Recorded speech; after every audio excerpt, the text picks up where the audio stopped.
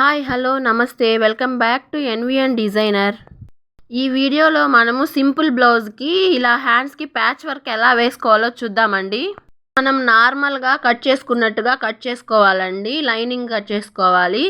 నేను వీడియోలో చూపిస్తున్న విధంగా ఖర్చు కోసం 1/2 ఇంచు వదులుకొని ఇలా ప్యాచ్ కోసం మనకు ఎంత అవసరమో అంత హ్యాండ్లో సగానికి మార్క్ చేసుకొని ఇలా కట్ చేసుకోవాలండి. తర్వాత ఏదైతే మనం ప్యాచ్ వేయాలనుకున్నామో ఆ పీస్ని తీసుకోవాలండి. నేను వచ్చి చీర కట్టు చెంగులో నుంచి ఆపోజిట్ కలర్ తీసుకున్నానండి. చీర కలరే తీసుకున్నాను.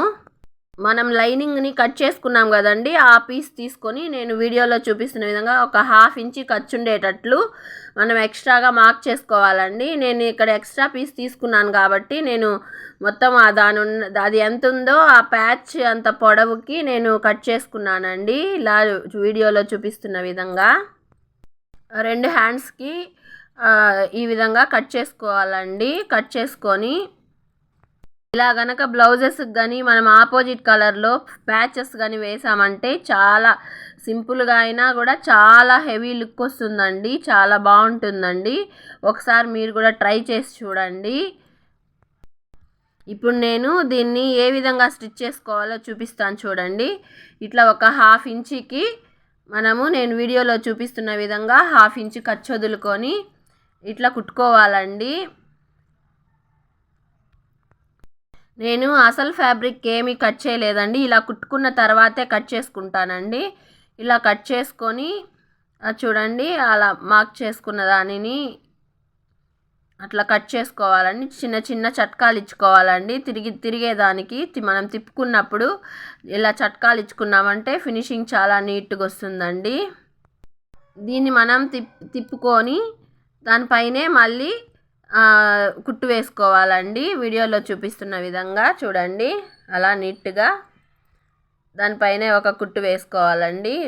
ఆ మూలలు ఒక పిన్ను కానీ ఏదైనా తీసుకున్నామంటే మూలలు బాగా తిరుగుతాయండి. నీట్గా తిప్పేసుకొని దానిపైనే మళ్ళీ ఒక కుట్టు వేసుకుంటే చాలా ఫినిషింగ్ నీట్గా ఉంటుందండి. నేను చూపించిన విధంగా కుట్టుకున్నారంటే చాలా ఈజీగా సింపుల్గా అయిపోతుందండి. వర్క్ కూడా చాలా తొందరగా ఫినిష్ అయిపోతుంది. ఇలాంటి వీడియోస్ కోసం నా ఛానల్ని ఫాలో అవ్వండి, సబ్స్క్రైబ్ చేసుకోండి. మీకు నా ఛానల్ ఉపయోగపడుతుంది అనుకుంటే ఒక చిన్న లైక్ ఇవ్వండి. ఇలాంటి వీడియోస్ ఎవరికైనా ఉపయోగపడే వాళ్ళకి మీరు షేర్ చేయండి. ఇలాంటి మంచి మంచి వీడియోస్ మీ ముందుకు తీసుకొస్తూ ఉంటానండి. ఇదే విధంగా ఇంకొక హ్యాండ్ కూడా రెడీ చేసుకోవాలండి. చుట్టూ మనము క్లాత్ని, లైనింగ్ని, అసలు క్లాత్ని అటాచ్ చేసుకోవాలండి. నీట్గా నేను వీడియోలో చూపిస్తున్న విధంగా అటాచ్ చేసుకోవాలండి. మిగిలిన పీస్ని ఇలా కట్ చేసుకునేసేయండి. ఎక్స్ట్రా పీస్ని చూడండి, షేప్ అయితే ఎంత నీట్గా వచ్చిందో. దాన్ని ఇలా ఆపోజిట్ క్లాత్ వేసి దాన్ని కూడా మనము రెడీ చేసుకొని స్టిచ్ చేసుకోవాలండి. ఆ గ్యాప్లో పెట్టుకొని ఆ పీస్కి కూడా లైనింగ్ అటాచ్ చేసుకొని ఈ విధంగా పెట్టి స్టిచ్ చేసుకోవాలండి. చాలా అంటే చాలా నీట్గా వచ్చిందండి. సింపుల్ బ్లౌజులకైనా ఇలా ప్యాచ్ వర్క్ పెట్టి కుట్టుకున్నామంటే చాలా లుక్ చాలా బాగుంటుందండి. మీరు కూడా ఇలాంటివి ట్రై చేసి చూడండి. చాలా లుక్ బాగా వస్తుంది. మనం అమౌంట్ కూడా కొంచెము ఎక్స్ట్రా ఛార్జ్ చేసుకోవచ్చండి. దీనికి చుట్టూ లేస్ కుట్టుకుంటే బాగుంటుందండి.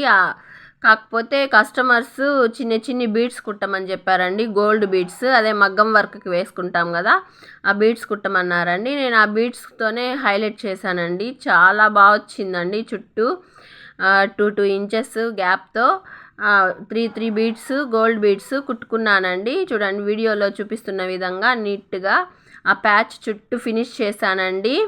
చాలా బాగా వచ్చిందండి లుక్. ఆల్రెడీ నేను ఒక హ్యాండ్ కుట్టేశానండి.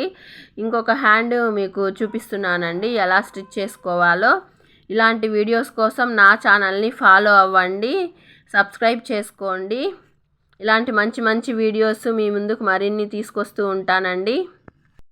నా ఛానల్ని చూస్తూ నన్ను సపోర్ట్ చేస్తూ ఉన్న వాళ్ళందరికీ చాలా చాలా థ్యాంక్స్ అండి. ఇలాంటి simple designs, blouse cutting, blouse designs ఇలాంటి వాటిల్లో మీకు ఏదైనా డౌట్స్ ఉంటే కామెంట్ చేయండి.